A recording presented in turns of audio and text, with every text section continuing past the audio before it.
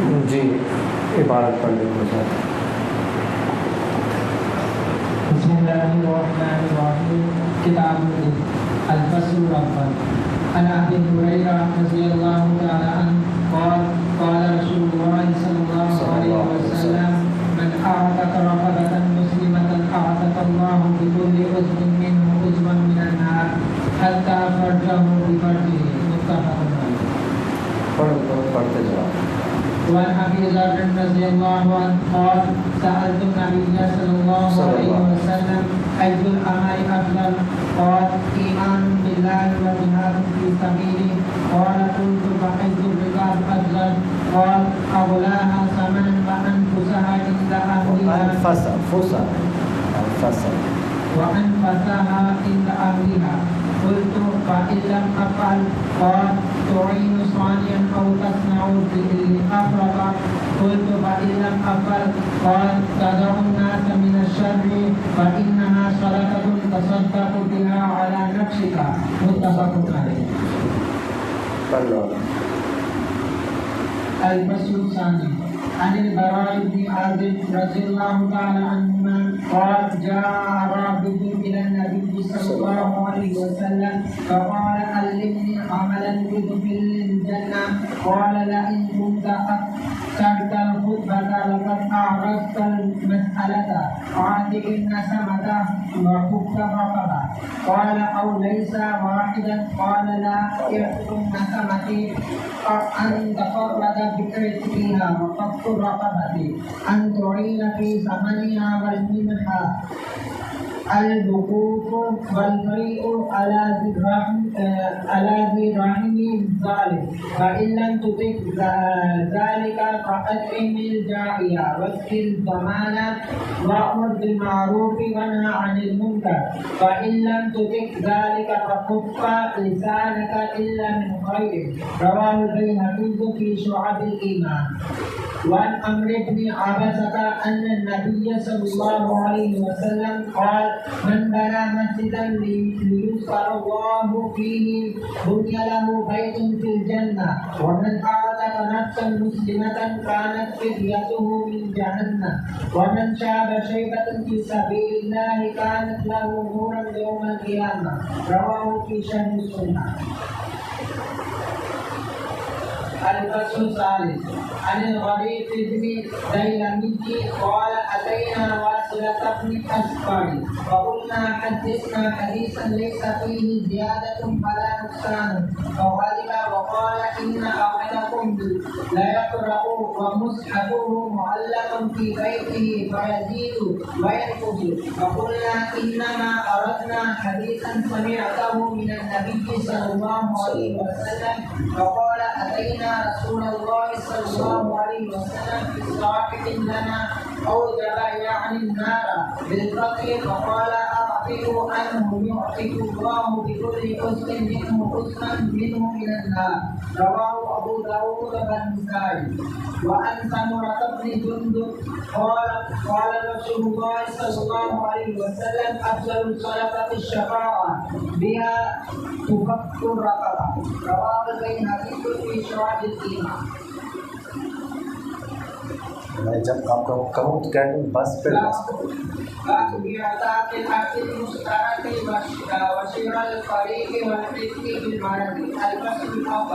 عن ابن عمر رضي الله تعالى عنهما قال رسول الله صلى الله عليه وسلم من أعتق شقا له في عبد وكان له مال يبلغ ثمن العبد أوفم العبد عليه قيمة عدل وأعطي شركاؤه حصصه وأعتق عليه العبد وإلا فقد أعتق منه ما أعتق. متفق عليه. وعن أبي هريرة رضي الله تعالى عنه ابھی ہریرہ وقف بھی نہیں کر رہے آگے پڑھ رہے ہیں ابو ہریرہ. وعن أبي هريرة رضي الله عنه عن رسول الله صلى الله عليه وسلم قال من أعتق شخصا من في عبد أعتق كله إن كان له مال وإن لم يكن له مال استسعي العبد غير مشكوك عليه. متفق عليه. بس بسم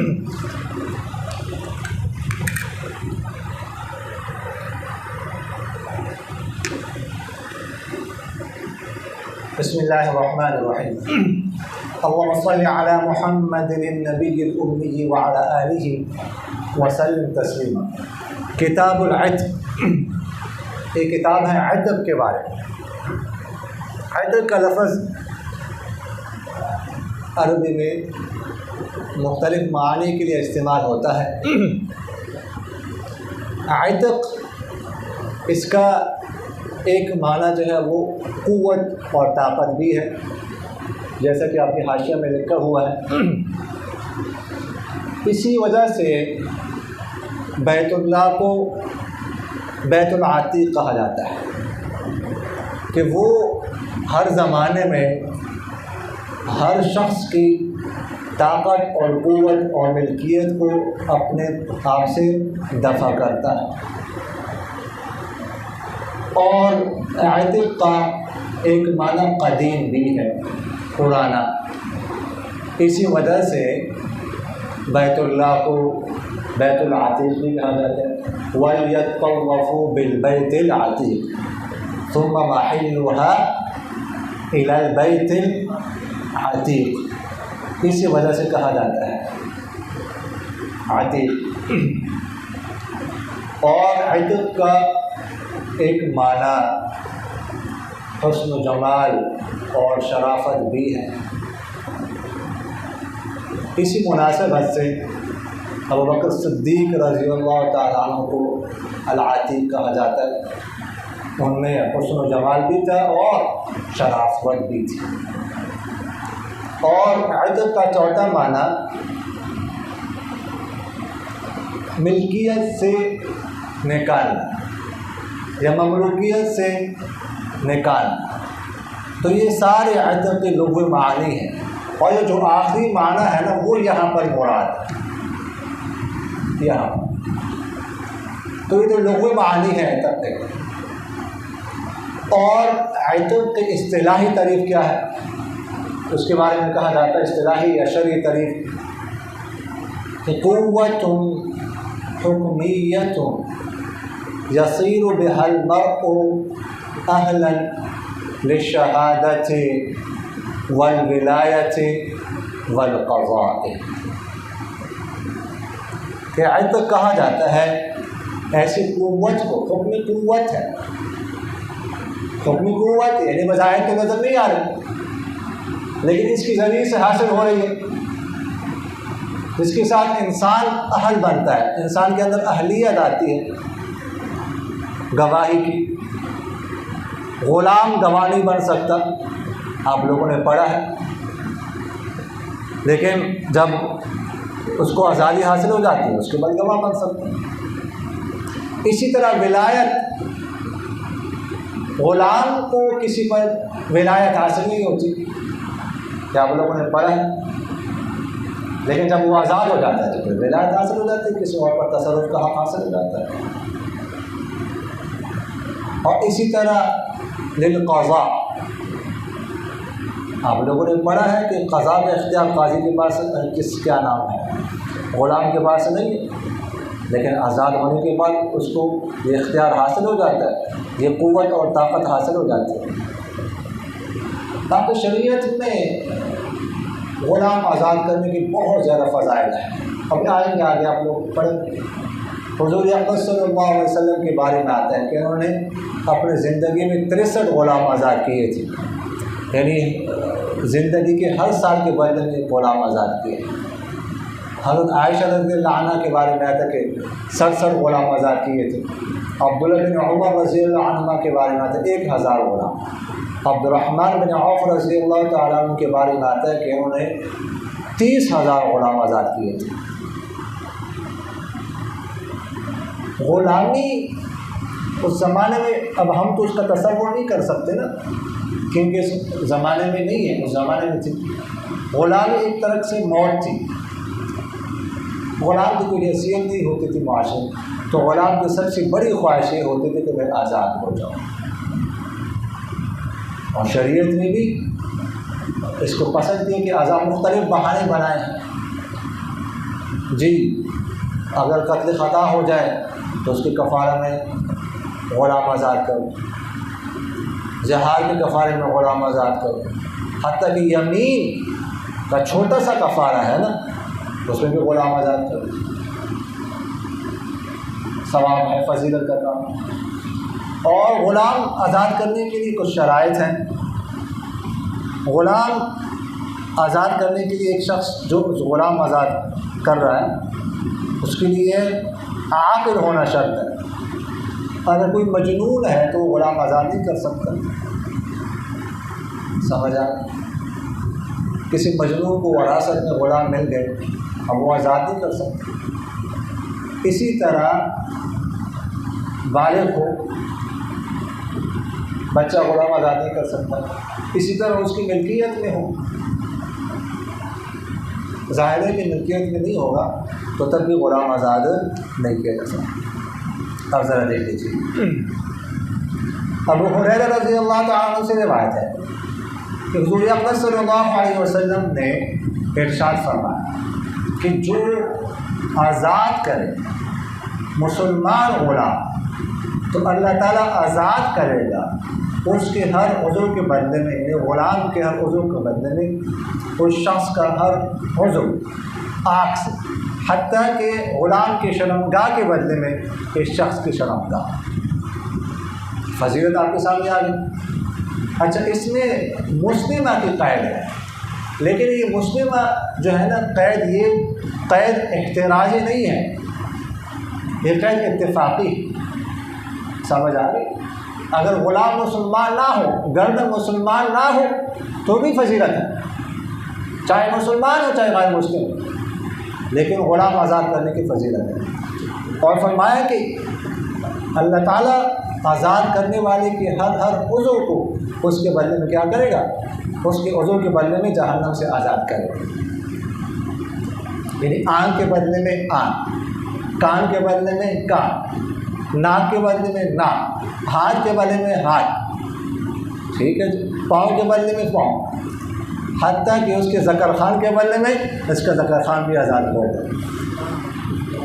یہ آپ صلی اللہ علیہ وسلم نے وضاحت کی فرض ہے، سمجھ آ رہی کہ نہیں ہے؟ تو اس لیے اچھا، ایک تو وضاحت اس لیے کی کہ تاکہ یہ ترغیب شوق پیدا ہو جائے غلام آزاد کرنے کا۔ دوسرا اس لیے ہے کہ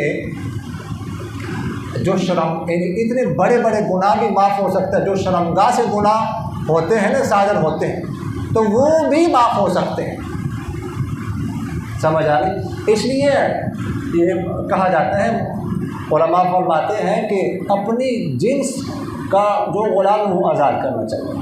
مثلا اگر مرد ہے تو وہ کیا کرے؟ مرد غلام آزاد کرے۔ اگر وہ باندی کو آزاد کرے گا تو باندی کے پاس کچھ اور ہے، اس کے پاس کچھ اور ہے، سمجھ آ رہی کہ نہیں آ رہی؟ اور باندی کو چاہیے، عورت کو چاہیے کہ وہ کیا کرے؟ باندی کو آزاد کرے۔ اس لیے اگر اس نے غلام آزاد کر دیا تو جو ہے اس کے پاس تو وہ نہیں ہے، سمجھ آ رہی کہ نہیں آ رہی؟ تو اس لیے، اور اسی طرح یہ بھی فقہاء نے لکھا ہے کہ وہ غلام آزاد کرے تو وہ کوشش کرے کہ وہ مختوم اور ذکر نہ، سمجھ آ رہی کہ نہیں ہے؟ وغیرہ تو فضیلت ہے، اس سے رہنا جائے۔ جی آگے دیکھیں، ابو ذر رضی اللہ تعالیٰ سے روایت ہے کہ میں نے آپ صلی اللہ علیہ وسلم سے سوال کیا کہ کون سا عمل سب سے افضل ہے، تو آپ صلی اللہ علیہ وسلم نے ارشاد فرمایا کہ اللہ پر ایمان لانا اور اس کے راستے میں جہاد کرنا۔ تو میں نے کہا فأی الرقاب افضل، سب سے افضل گردن کون سی ہے آزاد کرنا؟ تو فرمایا کہ جس کی ثمن قیمت زیادہ ہو، قیمت میں جو زیادہ ہو اور اپنے گھر والوں کے ہاتھ سب سے پیارا ہو۔ میں نے کہا اگر میں ایسا نہ کر سکوں تو آپ صلی اللہ علیہ وسلم نے فرمایا کہ پھر جو کام کرنے والے کاریگر، کام کرنے والے کی مدد کرو اور چیز بنا کر دو، کام بنا کر دو، لأخرقا، اناڑی کے لیے۔ میں نے کہا اگر میں ایسا نہ کروں، ایسا نہ کر سکوں تو پھر تو آپ صلی اللہ علیہ وسلم نے ارشاد فرمایا کہ لوگوں کو چھوڑ دو شر سے، یہ بھی صدقہ ہے جو آپ جس کے ذریعے سے اپنے اوپر صدقہ کریں گے۔ سمجھ آ گئی کہ نہیں؟ اچھا، اس میں فرمایا ابو ذر رضی اللہ تعالیٰ عنہ کہتے ہیں کہ میں نے آپ صلی اللہ علیہ وسلم سے پوچھا کہ سب سے افضل عمل کون سا ہے؟ تو فرمایا اللہ پر ایمان لانا۔ ظاہر سی بات ہے کہ یہ تو سب سے افضل ہے، اگر ایمان نہیں ہوگا تو کوئی عمل بھی معتبر نہیں، اس میں کوئی شک نہیں۔ اچھا، اس کے بعد میں نے پوچھا کہ سب سے افضل عمل کون سا ہے، تو اس کے بعد بلکہ آپ صلی اللہ علیہ وسلم نے خود فرمایا وجہاد فی سبیل، کہ اللہ کے راستے میں جہاد کرنا۔ اس میں تو آپ صلی اللہ علیہ وسلم نے خود فرمایا وجہاد فی سبیل۔ بعض روایات میں پوچھا گیا کہ اس کے بعد ایمان کے بعد سب سے افضل عمل کون سا؟ جہاد فی سبیل اللہ۔ بعض روایتوں میں آتا ہے ایمان کے بعد سب سے افضل عمل کون سا ہے؟ آپ لوگوں نے پڑھا ہے الصلاۃ لوقتہا، اپنے وقت پر نماز پڑھنا۔ اب ایمان کے بعد سب سے افضل عمل کون سا ہے؟ تو اس میں دو رائے ہیں۔ ایک رائے تو یہ ہے، بعض فقہا تو یہ فرماتے ہیں کہ سب سے افضل عمل ایمان کے بعد وہ جہاد ہے، اس لیے یہاں پر بھی جہاد کا ذکر ہے۔ اور ایک روایت میں آتا ہے کہ ایک صحابی آپ صلی اللہ علیہ وسلم کی خدمت میں حاضر ہوئے اور نے عرض کیا رسول اللہ دلنی علی عمل یعدل الجہاد، قال لم اجدہ۔ ایک صحابہ نے عرض کیا رسول اللہ مجھے ایسا عمل بتائے جو جہاد کے برابر، تو آپ صلی اللہ علیہ وسلم نے فرمایا ایسا عمل میں نہیں پاتا، ایسا عمل نہیں ہے۔ تو اس لیے یہ حضرات فرماتے ہیں کہ ایمان کے بعد سب سے افضل عمل کون سا ہے؟ جہاد کرنا اللہ کے راستے میں۔ جبکہ دوسری رائے یہ ہے کہ سب سے افضل عمل کون سا ہے؟ ایمان کے بعد نماز پڑھنا۔ الصلاۃ لوقتہا، اور بھی روایات میں نماز کے بارے میں فضیلت آئی۔ تو اب محدثین نے تطبیق اس طرح کی ہے دونوں روایات میں کہ عام حالات میں جب جہاد فرض کفایہ ہو، ٹھیک ہے، اس حالت میں تو نماز افضل ہے جہاد سے، یعنی ایمان لانے کے بعد دوسرا نمبر کیا ہے؟ نماز کا۔ تو نماز کیا ہے؟ افضل ہے کس سے؟ جہاد سے۔ لیکن جب جہاد فرض کفایہ ہو جائے تو اس صورت میں پھر جہاد افضل ہوگا کس سے؟ نماز سے۔ سمجھ آ گئی؟ اچھا، آگے فرماتے ہیں کہ سب سے افضل گردن کون سی ہے؟ یعنی آزاد کر، تو فرمایا جس کی قیمت زیادہ ہو اور گھر والوں کے ہاں وہ کیا ہو؟ پیارا ہو، معزز۔ انہوں نے کہا میں اگر نہ کر سکوں ایسا تو فرمایا تعین صانعا، تعین نون پر ضمہ فتح دونوں پڑھ سکتے، تعین یا تعین یعنی ان تعین، قال ان تعین صانعا، اسے جب ان ہو تو فرمایا کہ جو کام کرنے والا ہے اس کی مدد کرو، جو کام کرنے والا ہے اس کی مدد کرو، اس کا کاروبار نہیں چل رہا اس کی مدد کرو، اس کی مدد کرو، مثلا اس کو پیسے دے کر یا قرض حسنہ دے کر یا گفٹ کر کے، یا اس کی مدد کرو مثلا کوئی پارٹی ہے اس کے لیے ڈھونڈ لو، کاروباری پارٹی ہے اس کے ساتھ ملا لو تاکہ اس کا کاروبار چل جائے، یا اس کی جو پروڈکٹس ہے اس کا مال ہے اس کی تشہیر کرو، مارکیٹنگ کرو، لوگوں کو بتاؤ، اس کا کاروبار چل جائے، تعاون کرو اس کو۔ یا فرمایا اخرق کے لیے یہ چیز بنا کر دو، کوئی اناڑی ہے، اخرق ہے، نہ تجربہ کار ہے، ٹھیک، وہ اس کے لیے تم چیز بنا کر دو، کوئی چیز بنا کر اس کو دیکھو، اس کا کاروبار کیا کرو چلا۔ تو فرمایا اگر میں ایسا نہ کر سکوں تو آپ صلی اللہ علیہ وسلم نے فرمایا کہ پھر لوگوں کو ایذا دینے سے باز آ جائے۔ تو یہ بھی کیا ہے؟ صدقہ، صدقہ، یہ دال پر فتح ہے، صدقہ، صدقہ نہیں ہے، دال پر سکون نہیں، صدقہ وہ تو مہر کو کہا جاتا ہے، صداق پڑھا ہے لوگوں نے کہ پڑھا ہے یا پڑھا ہے؟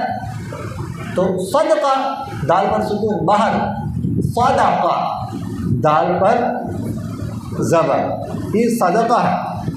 تو اس سے بات آپ صلی اللہ علیہ وسلم کی تو ایک دعا ہے نا، یہ پڑھا اللہم اجعلنی مفتاحا للخیر ومغلاقا للشر، اللہم لا تجعلنی مفتاحا للشر ومغلاقا للخیر، کہ اللہ مجھے اجعلنی مفتاحا للخیر، چابی بنا دیجیے خیر کی، ومغلاقا للشر، اور شر کے لیے مجھے تالا بنا دیجیے، لاک بنا دیجیے۔ تو یہ فرما رہے کہ شر سے کوئی باز آ جائے۔ دوسری فصل براء بن عازب رضی اللہ تعالیٰ سے روایت ہے کہ دیہاتی آپ صلی اللہ علیہ وسلم کے پاس آیا، اس نے کہا کہ مجھے ایک ایسا عمل بتائے جو مجھے جنت میں داخل کر دے۔ تو آپ صلی اللہ علیہ وسلم نے فرمایا کہ بے شک تو نے گفتگو تو مختصر کی لیکن مسئلہ چوڑا کر دیا، لمبا کر دیا۔ جان آزاد کر دو اور گردن کو چھوڑاؤ۔ تو وہ دیہاتی کہنے کیا یہ دونوں ایک چیز نہیں ہے؟ تو آپ صلی اللہ علیہ وسلم نے فرمایا نہیں، جان آزاد کرنا اس کا مطلب ہے کہ تم اس کی آزادی میں تنہا ہو، اکیلے ہو، اور گردن چھوڑانا اس کا مطلب ہے کہ تم اس کی قیمت میں مدد کرو اور زیادہ دودھ والی منحہ دے دو اور مہربانی کرو اپنے ذی رحم قریبی رشتہ دار پر جو ظالم ہو۔ بس اگر اس کی طاقت نہ ہو تو بھوکی شخص کو کھلا دو اور پیاسے کو پلا دو، اور بھلائی کا حکم کرو اور برائی سے منع کرو۔ اگر اس کی بھی طاقت نہ ہو تو اپنی زبان کو باز رکھو سوائے خیر کے۔ اچھا جی، ایک دیہاتی آیا، اس نے کہا آپ صلی اللہ علیہ وسلم سے کہ ایسا عمل مجھے بتائے جو بس فوراً ہی مجھے جنت کا ٹکٹ لے کر دے، فوراً جنت پہنچ۔ تو آپ صلی اللہ علیہ وسلم نے فرمایا کہ یہ تو سوال تو بہت مختصر ہے، بس 2-3 جملے ہیں لیکن اتنا آسان نہیں۔ پھر فرمایا کہ جان کو آزاد کرنا اور گردن کو چھوڑا۔ تو وہ بھی دیہاتی تھا، وہ اس کو بھی عربی آتی تھی، عربی میں تو ماہر تھا، فصیح۔ تو اس نے کہا یہ دونوں ایک چیز نہیں ہے۔ تو آپ صلی اللہ علیہ وسلم نے فرمایا نہیں، یہ الگ الگ چیزیں ہیں۔ جان کو آزاد کرنے کا مطلب یہ ہے کہ تم اس کے مالک ہو، وہ تمہاری ملکیت میں ہو، تم اس کو آزاد کر دو، یہ مطلب ہے۔ اور گردن چھوڑانے کا مطلب یہ ہے کہ وہ آپ کی ملکیت میں نہیں ہے، کسی اور کی ملکیت میں ہے، لیکن آپ اس کو چھوڑاؤ، اس کو آزاد کراؤ۔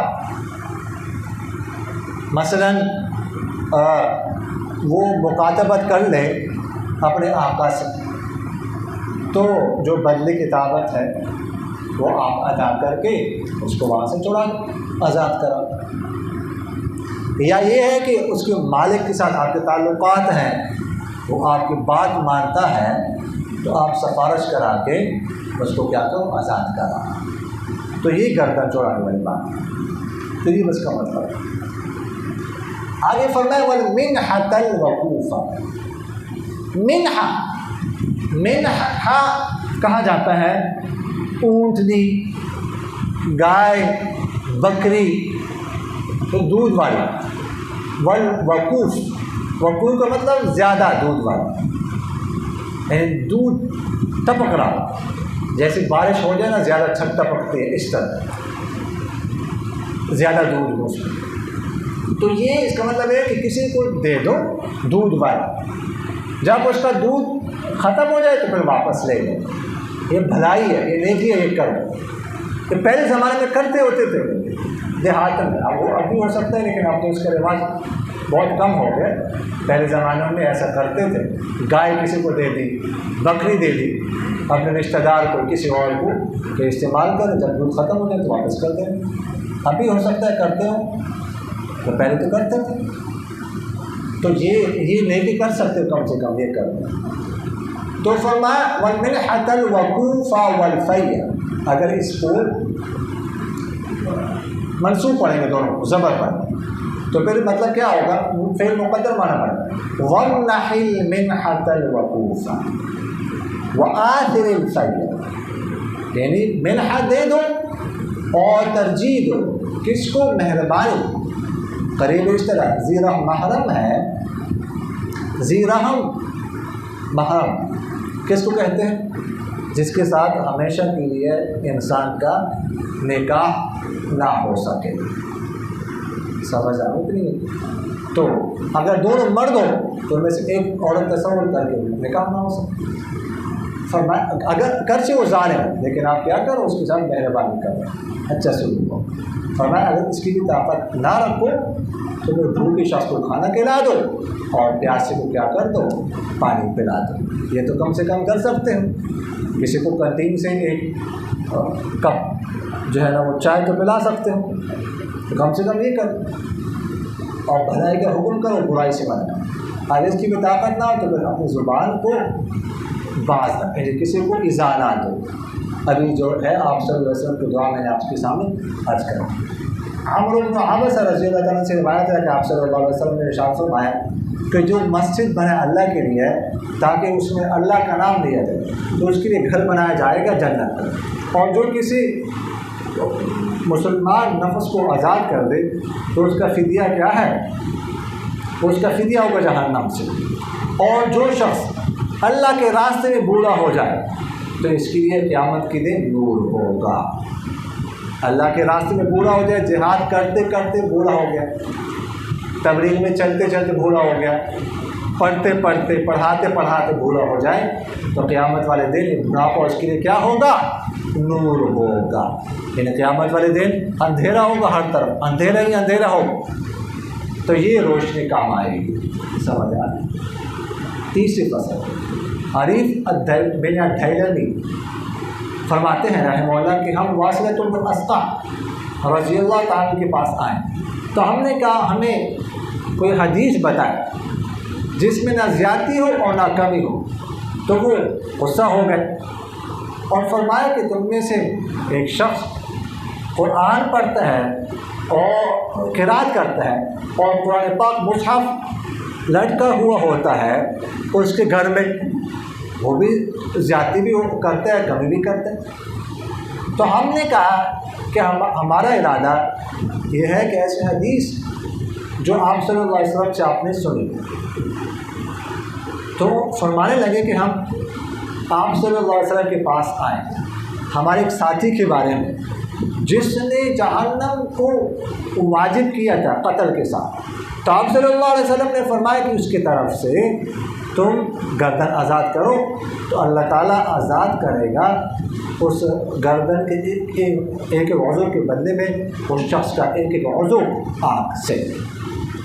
اچھا، تو فرماتے ہیں یہ راوی کہ ہم واصلۃ بن اسقع رضی اللہ عنہ کے پاس آئے تو ہم نے کہا کوئی حدیث ہمیں بتا دیں اس میں بالکل مکمل حدیث کوئی کمی زیادتی نہ ہو، جس طرح آپ صلی اللہ علیہ وسلم سے آپ نے سنی ہے اس طرح۔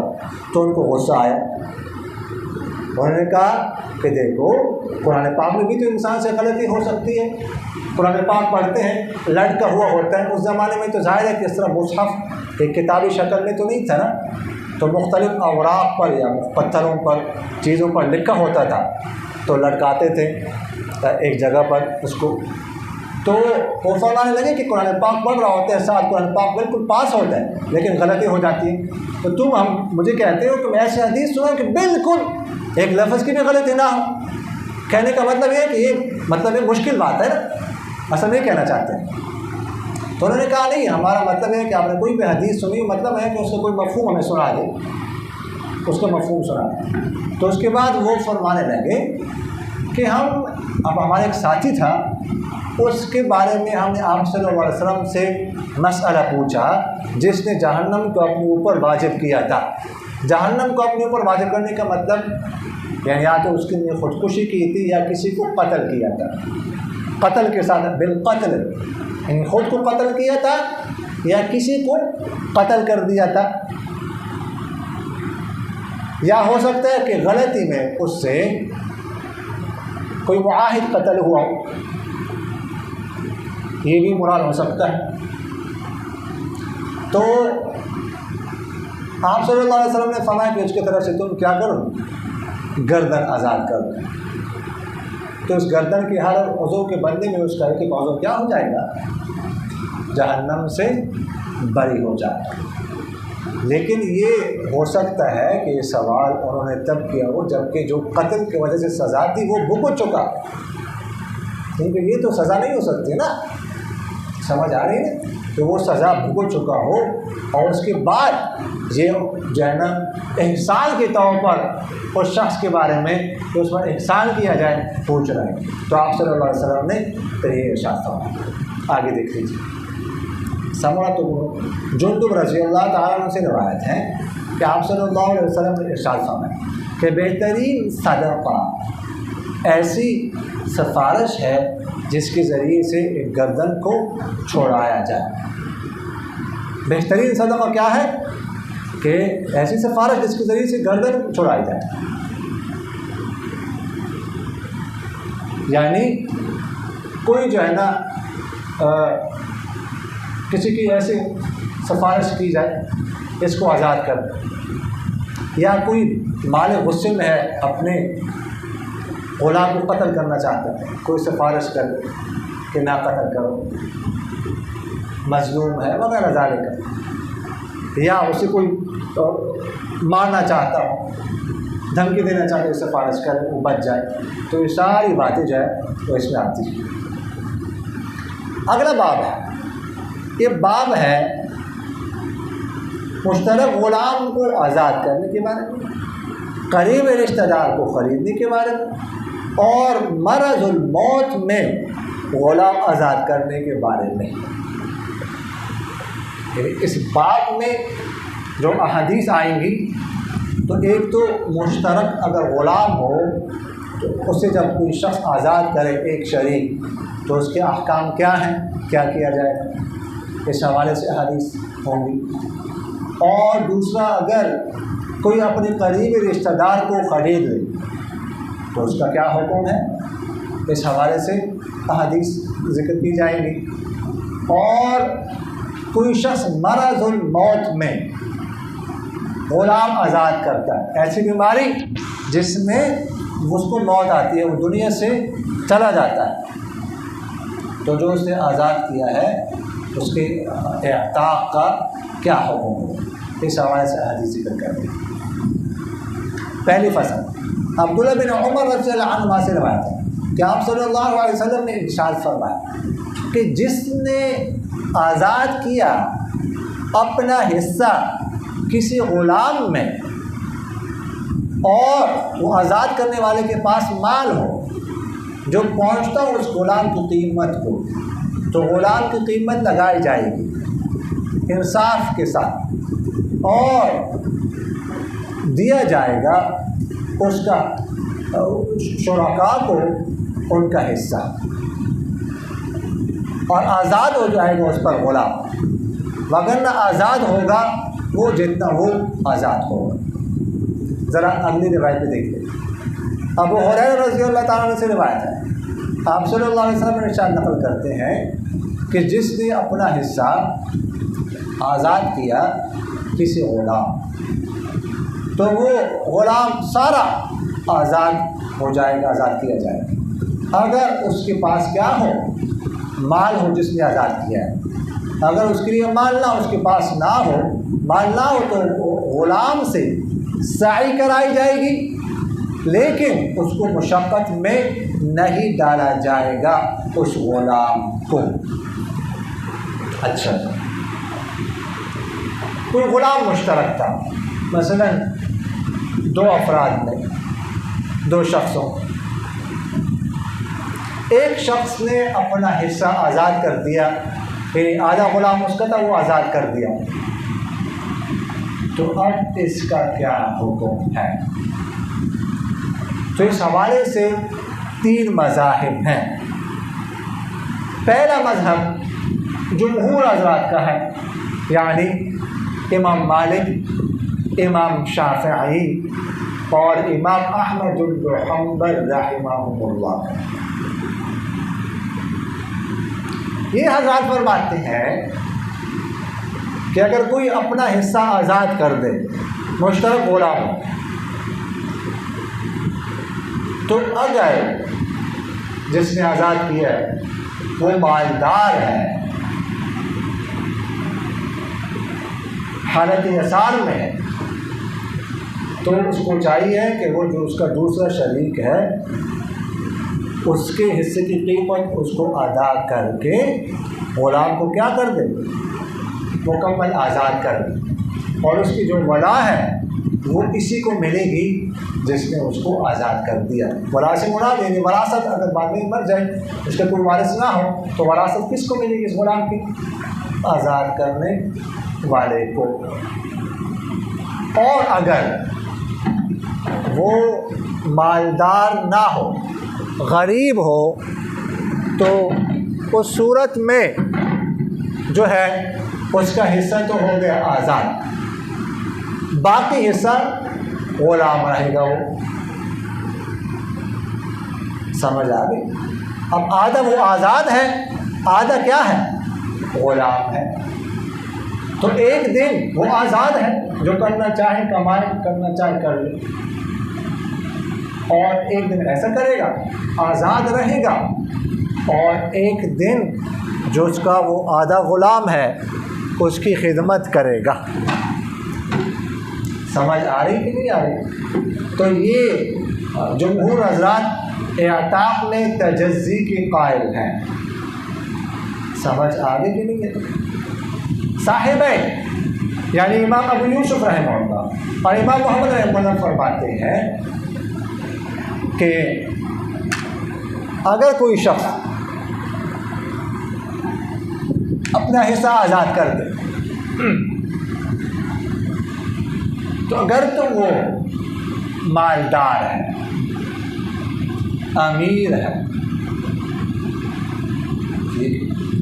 تو اس پر واجب ہے، لازم ہے کہ دوسرا جو اس کا شریک ہے اس کو اس کی حصے کی قیمت ادا کر دے، اور سارا غلام کیا کر دے؟ آزاد کر دے، اور غلام اسی کو ملے گی۔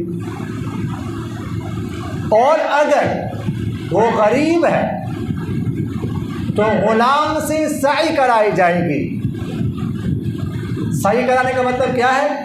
غلام سے کہا جائے گا کہ یہ جو آدھا حصہ ہے، آدھا اب غلام ہے، اس کی جو ہے نا وہ کیا کرو، اپنی قیمت کما کر محنت مزدوری کر کے اس کو، جس کو تم آدھے غلام ہو، ادا کر کے اپنا جو آدھا آپ کا رہتا ہے حصہ اس کو بھی آزاد کراؤ۔ صاحبین رحمہم اللہ اعتاق میں تجزی کی قائل نہیں ہے۔ وہ فرماتے دونوں صورتوں میں کیا ہوگا، یہ اس کو مکمل آزاد کیا جائے گا اس غلام کو۔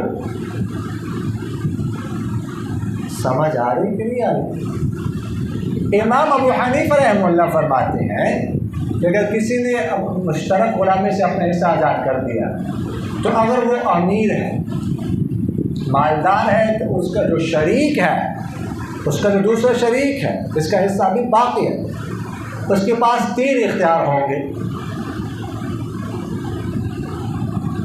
پہلا آپشن کیا ہے کہ وہ بھی للہ فی اللہ، اللہ کے لیے اپنا حصہ آزاد کر دے۔ دوسرا اختیار تضمین کا ہے، تضمین، کہ جس نے اپنا حصہ آزاد کیا اس کو ضامن بنا، اسے اپنے حصے کا تاوان لے لے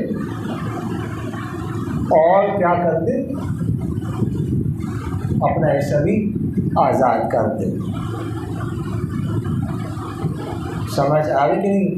اور تیسرا اختیار کہ وہ غلام سے یہ شریک صحیح کرائے جس کا حصہ بھی باقی ہے، کہ محنت مزدوری کر کے میرا حصہ ادا کر دو، تم آزاد ہو جاؤ گے۔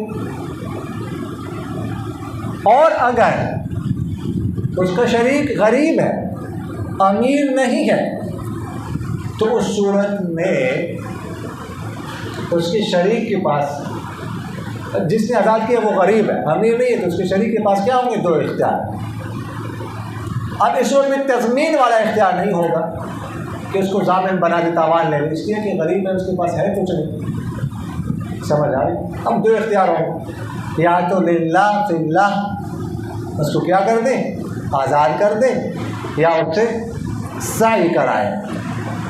استسعاء سعی ان کے مطلب ہے محنت مزدوری کر کے اس کا حصہ ادا کر دیں، پھر آزاد ہو جائے گا۔ یہ مذاہب سمجھ آ رہے ہیں؟ یہ مسئلہ ہم لوگوں نے پہلے بھی پڑھا ہے کہ اعتاق تجزی کو قبول کرتا ہے کہ نہیں۔ تجزی کا معنی ٹکڑے کو جز کرنا، ٹکڑے کرنا، حصے کرنا اس کے نا۔ تو تجزی کو قبول کرتا ہے کہ نہیں کرتا؟ آپ لوگوں نے اختلاف پڑھا ہوگا، اس میں اختلاف ہے۔ جمہور حضرات فرماتے ہیں، حتیٰ کہ امام ابو حنیفہ رحمہ اللہ بھی، کہ اعتاق تجزی کو قبول کرتا ہے، جبکہ صاحبین فرماتے ہیں کہ اعتاق تجزی کو قبول نہیں کرتا۔ سمجھ آئے؟ اصل میں یہ جو امام صاحب اور اصل تو احناف کا آپس میں اختلاف ہوا نا، امام صاحب اور صاحبین کا اختلاف ہو گیا۔ امام صاحب فرماتے ہیں تجزی کو قبول کرتے ہیں، صاحبین فرماتے ہیں تجزی کو قبول نہیں کرتا۔ تو اصل میں یہ جو اختلاف ہے، ایک ہے کہ آپ اس کو کہہ سکتے ہیں کہ یہ تعبیر کا اختلاف ہے، لفظی اختلاف ہے، کوئی حقیقی اختلاف نہیں ہے۔ امام ابو حنیفہ اعتاق کسے کہتے ہیں؟ اعتاق، اصل میں اعتاق کی تعریف میں اختلاف ہے۔ امام ابو حنیفہ رحمہ اللہ فرماتے ہیں اعتاق کہتے ہیں ازالۃ الملک،